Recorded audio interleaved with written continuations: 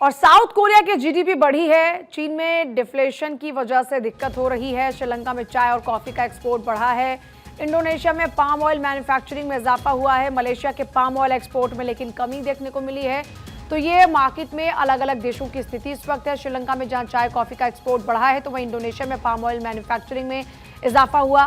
लेकिन मलेशिया के पास अगर बात करें तो पाम ऑयल एक्सपोर्ट में कमी देखने को मिली है। और आकाश जी हमारे साथ एक बार फिर से जुड़ गए हैं, अर्थशास्त्री हैं, जाने माना नाम है।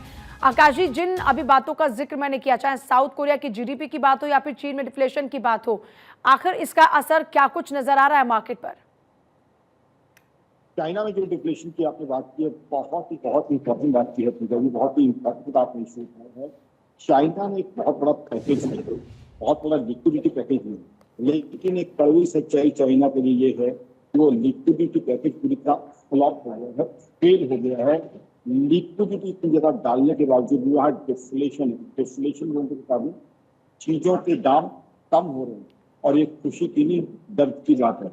लोग कंज्यूमर सोचेगा चीजों के दाम कम हो रहे तो अच्छी बात है, जी नहीं। इसका मतलब ये है कि लोगों के पास पैसा ही नहीं है। देखो इकोनॉमी की हालात इतने बुरे हो, दुकानों पे अगर सामानों के दाम कम होने लग जाते हैं तो इसका मतलब ये है कि दुकान पे कोई सामान खरीदने वाला आ ही नहीं रहा। ये डिफ्लेशन बढ़ती जा रही है।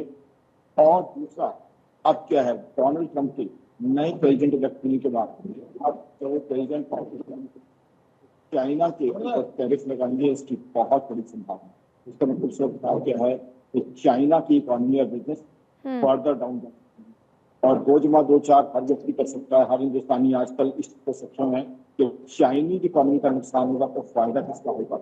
हिंदुस्तानी इकोनॉमी का, क्योंकि हिंदुस्तानी इकोनॉमी अब में भी आगे बढ़ रही है। मेक इन इंडिया के कंसेप्ट को हम बहुत अच्छे से आगे बढ़ा रहे हैं। मैन्युफैक्चरिंग का थीम बढ़ रहा है, make in India, make for world चीजें हिंदुस्तान में चल रही है। तो कहीं ना कहीं हिंदुस्तान की इकोनॉमी का आने वाला कब जनवरी टू मार्च मेरे हिसाब से बहुत ही अच्छा क्वार्टर होने की संभावना है।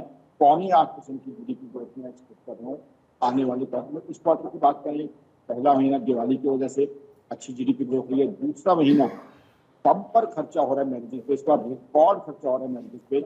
अब मैरिजेस पे जो खर्चा हो रहा है डायरेक्टली वो जीडीपी में ऐड करेगा, जीएसटी कलेक्शन बढ़ाएगा, डायरेक्ट बढ़ाएगा।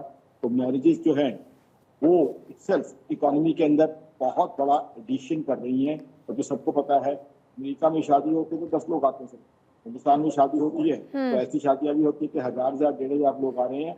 और जो शादियों का खर्चा हो रहा है वो डायरेक्टली इकोनॉमी के अंदर ऐड हो रहा है, चाहे जीएसटी हो, चाहे जीडीपी ग्रोथ हो, चाहे डायरेक्ट टैक्स कलेक्शन हो। तो कहीं ना कहीं हिंदुस्तान की इकोनॉमी की बाइंग पावर कंजम्पशन साफ दिखाई दे रही है। अक्टूबर में दिवाली, हालांकि दिवाली 31 अक्टूबर 1 नवंबर इस पर डिस्प्यूट था, बट जो मेजर बाइंग है वो सारी अक्टूबर में ही होती थी। अब नवंबर और दिसंबर के अंदर क्रिसमस और दिसंबर हॉलीडेज वो इकोनॉमी को पुश करने के लिए हिंदुस्तान की इकोनॉमी बढ़ती जा रही है, तरक्की करती जा रही है। चाइना स्लिप करता जा रहा है। पाकिस्तान की इकोनॉमी की क्या हाल है हम जानते ही हैं, वहाँ अफरा तफरी मची हुई है, लोगों को ये नहीं पता कि हो क्या रहा है, तो इकोनॉमी कहाँ होगी।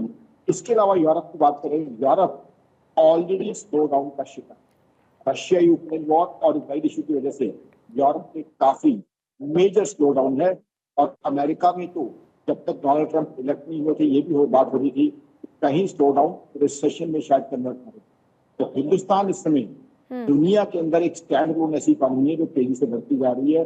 और इसका मतलब ये है जीडीपी ग्रोथ बढ़ेगी, जीएसटी कलेक्शन बढ़ेगी, टैक्स कलेक्शन बढ़ेगी, तो लोगों के लिए वेलफेयर के लिए, स्कूल कॉलेज हॉस्पिटल ग्रोथ के लिए एयरपोर्ट्स फ्लाईओवर बनेंगे, और साथ ही साथ एम्प्लॉयमेंट अपॉर्चुनिटी। सबसे बड़ा टेक अवे ये है कि एम्प्लॉयमेंट अपॉर्चुनिटीज की भरमार अगले क्वार्टर से होने वाली है। और एम्प्लॉयमेंट अपॉर्चुनिटीज बढ़ेंगी तो उसका अगेन इम्पैक्ट पड़ेगा, क्योंकि जो व्यक्ति आज अगर रोजगार नहीं है, कल वो 50,000 महीना कमाता है, 50,000 पे जैसी जेब में आएंगे 30,000 आके बाजार में खर्चेगा, बाजार में खर्चेगा, एक आदमी खर्चेगा तो 50 की और इनकम बनेगी। वो कहीं ना कहीं साइकिल है बाइंग और कंजम्पशन जो हिंदुस्तान की स्ट्रेंथ है साफ दिखाई दे रही है, और वही इंडियन इकोनॉमी को आउटपरफॉर्म कर रही है। बात सिर्फ ये नहीं है कि मैं हिंदुस्तानी होने के नाते कह रहा हूँ, डेटा आपके सामने है। 2023-24 में 8.2% जीडीपी ग्रोथ हम ऑलरेडी रिकॉर्ड करा चुके हैं, क्योंकि दुनिया की बड़ी इकोनॉमी में से फास्टेस्ट। आकाश जी, बहुत ही शुक्रिया आपका पूरी जानकारी देने के लिए। बहुत ही बारीकी से आपने हमारे दर्शकों को हर एक बात को समझाया है।